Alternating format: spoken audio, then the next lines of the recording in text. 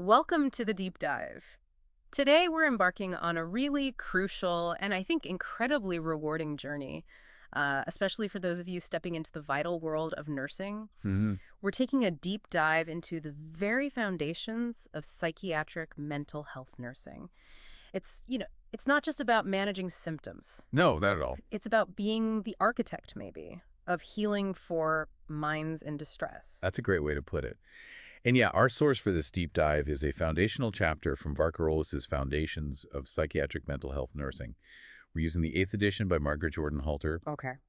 This chapter, it really lays out the core of the nursing process as it applies to mental health, and aligns perfectly with the American Nurses Association's standards of care. Right. So our mission today is, well, to distill these essential concepts, make them not just clear for your studies, but really actionable for your future clinical practice. Think of this as your essential roadmap, maybe, for building that empathetic, effective care. Exactly. So if you're looking to solidify your understanding of how nurses assess, diagnose, plan, implement, and evaluate care in the mental health setting, from those nuanced assessment techniques for different ages to documentation, evidence-based practice, this deep dive is definitely for you.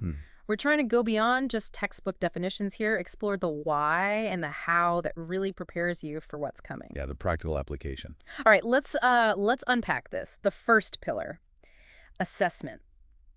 This is where every single nursing intervention begins, right? It's kind of the moment we first truly see the patient. Exactly. Standard 1, assessment. It is the bedrock, and honestly, it's often the most challenging part I can imagine. and the most critical phase in psych nursing. It's about gathering really comprehensive data to truly understand the patient's mental health status.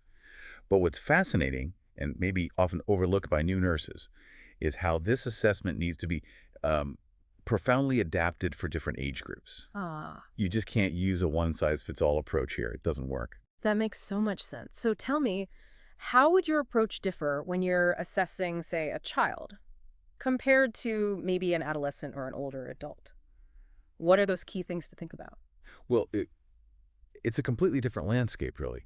For children, you're not going to get a detailed verbal report usually, Sure. so you largely rely on observation. Right. Watching their play, their interactions, and getting crucial collateral information from parents or caregivers. Yeah. Imagine a 4-year-old who suddenly stops playing or has aggressive outbursts. Yeah. And then for older adults, the key is often differentiating between, well, normal aging processes like occasional forgetfulness and actual mental health challenges.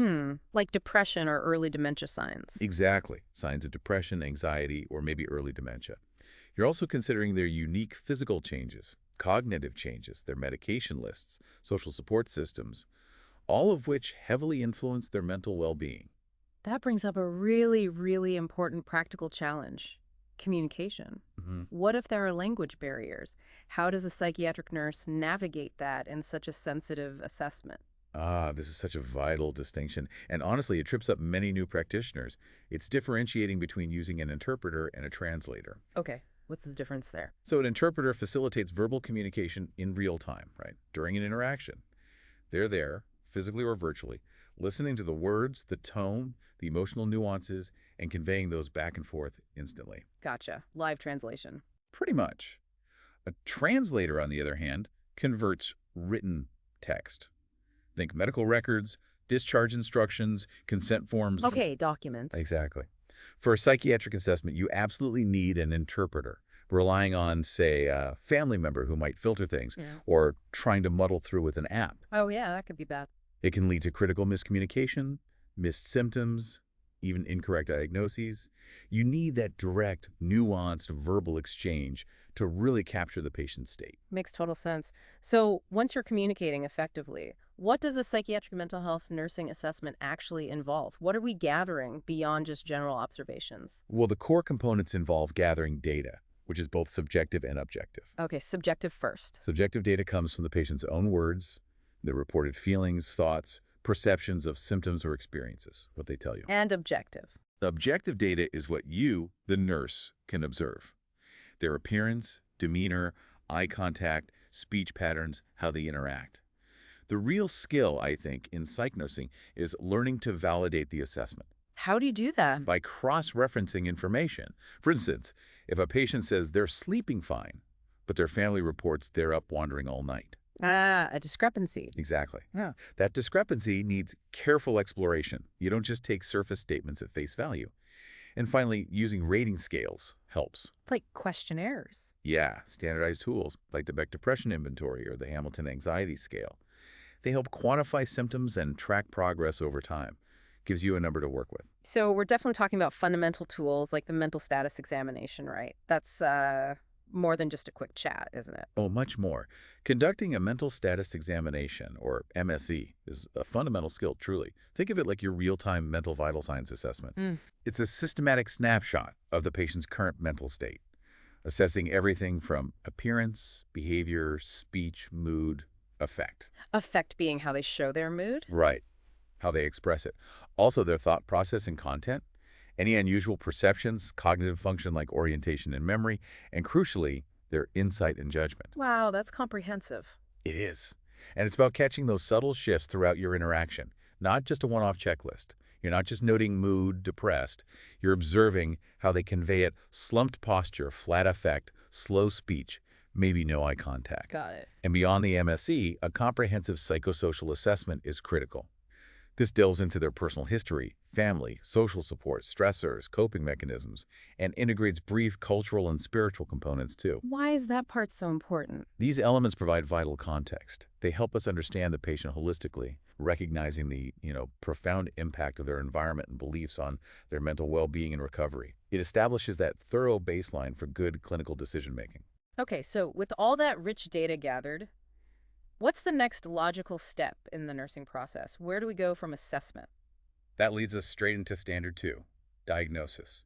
Here, the nurse analyzes all that assessment data to formulate diagnostic statements, which we usually call nursing diagnoses. Right, and these aren't the medical diagnoses like depression or schizophrenia, correct? Exactly right. That's a key distinction. Nursing diagnoses identify the patient's actual or potential mental health problems, or maybe their responses to health conditions that nurses can address. So an example. Okay, so instead of just depression, a nursing diagnosis might be something like hopelessness related to long-term unemployment and lack of social support, as evidenced by statements of futility and withdrawn behavior. See the difference? Yeah, it's focused on the patient's response and what nursing can target. Precisely. It directly guides your care plan. And there are different types of nursing diagnoses too, like problem-focused, risk diagnoses, or even health promotion diagnoses. Each points to a different facet of the patient's needs and guides different interventions. Okay, so we've pinpointed the nursing problem. Now, what do we actually hope to achieve with the patient? What's the goal? That's standard 3. Outcomes identification. This is where we establish mutually agreed upon measurable outcomes or goals with the patient. Emphasis on with. Collaborative. Very collaborative. These are the expected changes in the patient's condition that will show us the plan of care is effective. And the key here is they need to be realistic, patient-centered, and time-bound. Measurable is important too. Absolutely measurable. So if your diagnosis is, say, impaired social interaction, a measurable outcome isn't just patient will be less withdrawn. That's too vague. Right. It might be. Yeah. Patient will initiate conversation with one peer in group therapy daily by the end of the week, as evidenced by verbal report from group leader. See? Clear target. Yeah, specific and observable. That makes a lot of sense. Right. So with those outcomes clearly identified, what does this all mean for actually making a concrete plan? Well, that brings us neatly to standard 4, planning. This involves creating that detailed care plan to achieve those identified outcomes. It's really about explaining 3 core principles a nurse follows when planning actions. Okay, what are they? First, safety. Always. Ensuring interventions protect the patient and others from harm. If a patient is suicidal, for example, safety planning and observation are paramount. Makes sense. Number 1 priority. Absolutely. Second, evidence-based interventions, or EBIDI. This means selecting strategies supported by the latest research for proven effectiveness, not just, what we've always done. Using the science. Exactly. Choosing a specific therapy approach known to work for anxiety or a particular medication strategy. And third, individualized care. Tailoring the plan to the patient's unique needs, preferences, cultural background, personal goals. Because everyone's different. Right. You wouldn't use the same approach for someone who thrives in groups versus someone needing one-on-one support. This planning stage is also where you actually construct a plan of care, detailing the specific nursing interventions, how often they'll happen, who's responsible. It's the blueprint for action. Okay, blueprint created, and then comes the actual doing of it. Standard 5, implementation.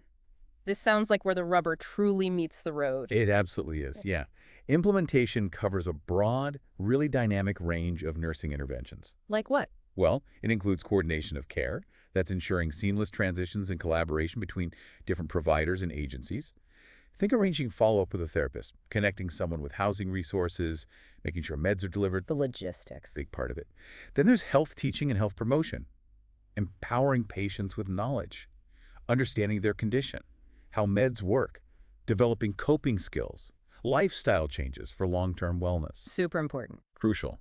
And consultation. When you need expertise from other disciplines, calling in a social worker for housing, a nutritionist for eating disorders. And for advanced practice psychiatric nurses, this standard also includes prescriptive authority and treatment managing medications. Right. And what about the more direct, maybe hands-on therapies and relationships that feel so central to psych nursing? Ah, yes. That's where pharmacological, biological, and integrative therapies come in.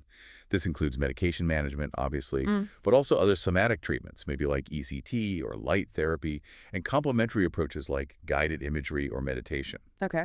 Milieu therapy is also crucial. That's the intentional creation of a safe, structured therapeutic environment. Every aspect, the physical setting, the schedule, interactions, is designed to be healing, a therapeutic community. The whole environment matters. The whole environment. But maybe at the absolute heart of psych nursing is the therapeutic relationship in counseling. This is where the nurse uses communication skills to foster trust, empathy, a safe space for the patient to explore feelings, develop coping strategies, work towards goals. What connection? It's everything. It's not just being nice. It's a skilled, intentional process. And for advanced practice, it can include psychotherapy, more in-depth, structured interventions. All of this really culminates in the nurse demonstrating basic nursing interventions and evaluating care according to those ANA standards of practice, making sure everything aligns. Okay. Finally, after all this hard work, detailed planning, intervention, how do we actually know if it's making a real difference? How do we check? That's standard 6, evaluation. Here, nurses continually assess the patient's progress toward those identified outcomes, and importantly, making adjustments as needed. So it's ongoing, not just at the end. Definitely ongoing. It's a continuous process of comparing the patient's current status to the desired outcomes. Are they meeting the goals we set? If not, why not? How do we need to modify the plan? And documentation fits in here? Critically, accurate, timely, thorough documentation isn't just about covering yourself legally, though that's part of it. It's about clear communication among the entire healthcare team. Right, continuity of care. Exactly. Ensuring continuity, reflecting the patient's journey, their responses to interventions, any changes. This also includes the nuanced and really important task of documentation of non-adherence. Instead of just saying non-compliant. Exactly. It moves beyond labeling. Yeah. It prompts us to understand why a patient might not follow their plan. Are they having bad side effects, financial barriers? Do they not understand the instructions? It shifts the focus from judgment to empathetic problem solving. That's a much better approach. Okay, here's where it gets really interesting for the bigger picture. We've talked about these standards individually, but how do systems like NIC and NOC actually fit into all of this? How do they help standardize and measure the incredible work nurses do? Yeah, this is a really important question about how we quantify and standardize nursing care. So nurses compare and contrast nursing interventions classification, which is NIC, with nursing outcomes classification, NOC. Okay, NIC and NOC, what are they? Think of NIC as a comprehensive standardized dictionary of everything nurses do, both direct and indirect interventions. Like specific actions. Exactly. Anxiety reduction, coping enhancement, medication management, those are all NIC interventions. It details the precise actions. Okay, and NOC? NOC represents the standardized patient outcomes used to evaluate the impact of that nursing care. These are the measurable states, behaviors, or perceptions that are influenced by your interventions. So NIC is what you do, NOC is the result you measure. You got it. So if anxiety reduction, NIC, was your intervention, a corresponding NOC outcome might be anxiety level or perhaps coping effectiveness. That distinction is really key. So how do they help move us beyond just subjective observation into something more, measurable and evidence-based. Precisely. Both NIC and NOC are absolutely vital for evidence-based practice, or EBP. EBP means integrating the best available research with your clinical expertise and the patient's values and preferences To get the best care. to provide the highest quality care. Understanding these classifications, NIC and NOC, is what allows us to truly measure and demonstrate the unique impact of nursing. It moves nursing beyond just subjective care into a more scientific, quantifiable approach. So you can show it works. Right. Imagine being able to clearly show how your specific nursing actions, detailed within NIC, directly led to a measurable improvement in a patient's coping effectiveness, which is a defined NOC outcome. It helps ensure our interventions are effective, measurable, aligned with best practices, and it guides clinical decision-making towards truly holistic, patient-centered care. They give us the language, really, to prove nursing's value. Wow.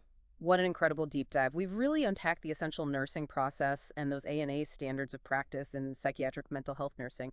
We went from that crucial initial assessment, thinking about age and language, all the way through diagnosis, planning, implementation with all those diverse interventions, and finally, evaluation and documentation. It really is a complete cycle of care. It is. And this foundational knowledge isn't just, academic stuff. It's directly applicable to your clinical rotations and those critical NCLEX testing priorities. Yeah, students need this. Absolutely.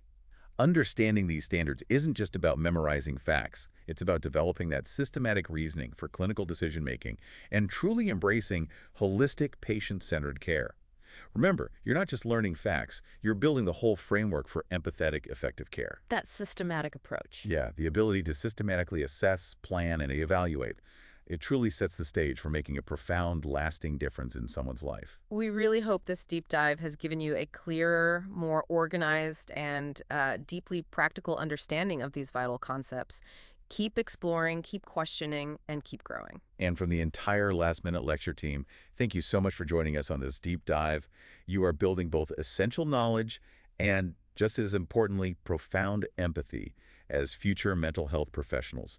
And that is truly inspiring work.